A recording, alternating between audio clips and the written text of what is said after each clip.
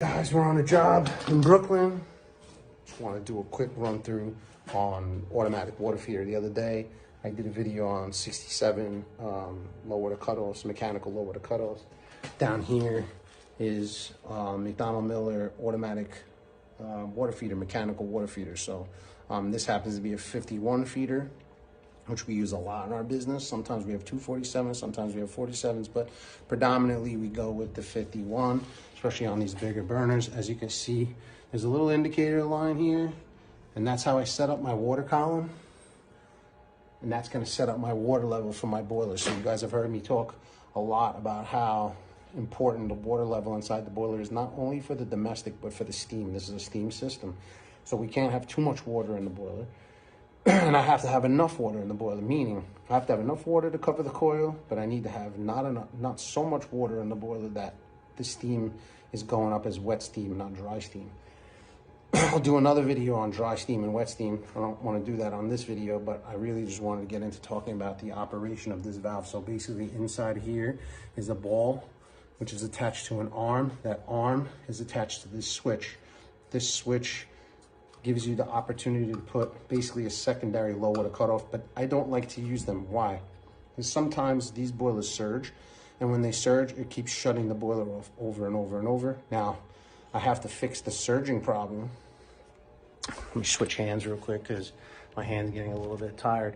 So sometimes I have to change, I have to figure out the surging issue, but I still don't like to put them because it creates short cycling. I don't like short cycling. So we'll still have a probe style, which is actually right here. And then on the other side, I'll have a 67 as a back, as my initial or operating lower cutoff. Let me go back to the other hand again because it's a little easier. I got my righty, not a lefty. So again, looking at this thing, the arm not only controls what would be a number 2 low water cutoff switch, it also controls the valve. This is my valve where the water comes in and out. As you can see, there's actually a little indicator arrow on here. The arrow is pointing in this direction. So my water flows in, pressurized. When the water level and the float drops, opens up this valve, allows my water to pass into the boiler. Now, New York City law states for years, these boilers were piped where it came out of the feeder, went into a check valve, and then went directly to the boiler. They started to find that that was shocking the steel of the boiler because you're putting cold water right into a hot boiler. So New York City changed the rules where I have to pipe the feed into a steam return with a check valve also.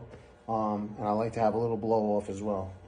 So it's going through my feed, down, piped into a return line now.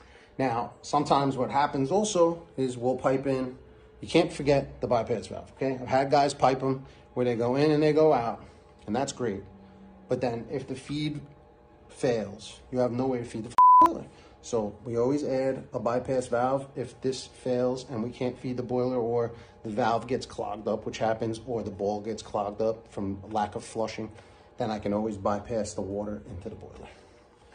So like I said, this is a float style, mechanical style. They do make solenoid style. Typically on our steam steel boilers, we're using this float mechanical style feed system. This has been here for a long time. As you can see, it's a very old piping. And back in the day, someone who remained nameless decided they didn't like using unions.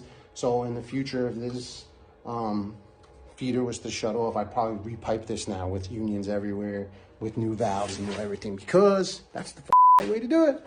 It takes a job like this, a replacement could take 45 minutes.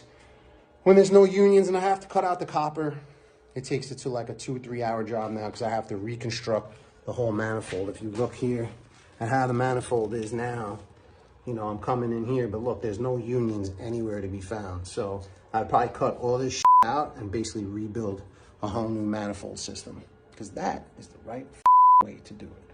If you guys use these types of feeders on your jobs, let us know, man. Let's talk about it.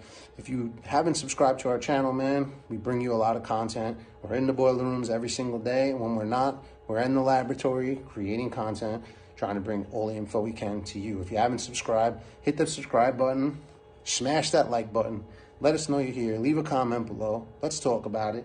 We appreciate you. Have a great day.